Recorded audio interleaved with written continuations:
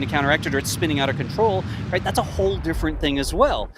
The whole thing seemed very controlled, and while redundancies may have been evaporating, for lack of a better term, right? Even that's an emotional term. Even though the redundancies were failing, it wasn't like the capsule was spinning out of control, right? Yeah, I mean, of course. I mean, loss of control, but loss of control is loss of control. Like, no, they weren't.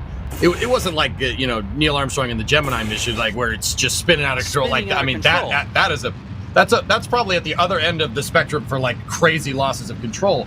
But I mean, that's like, I gotta ask you, you had these thrusters fail. One of them actually failed from a hardware. They couldn't get one back. Didn't the computer come back. said, "Nah, I'm not. I know. I'm not trying to fire That's that." why we have redundant thrusters. Yeah, absolutely. I think the sensationalism here is kind of justified.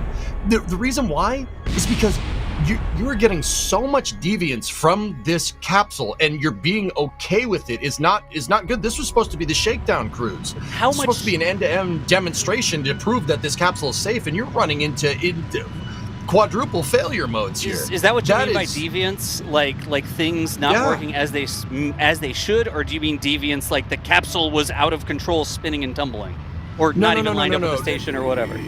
This is normalization of deviance 101, dude. Right. I mean, granted, I think NASA Flight Operations and Starliner made the right decision here, sending it to the station because they weren't sure if they could get home.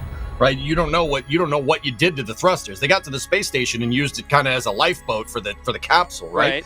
But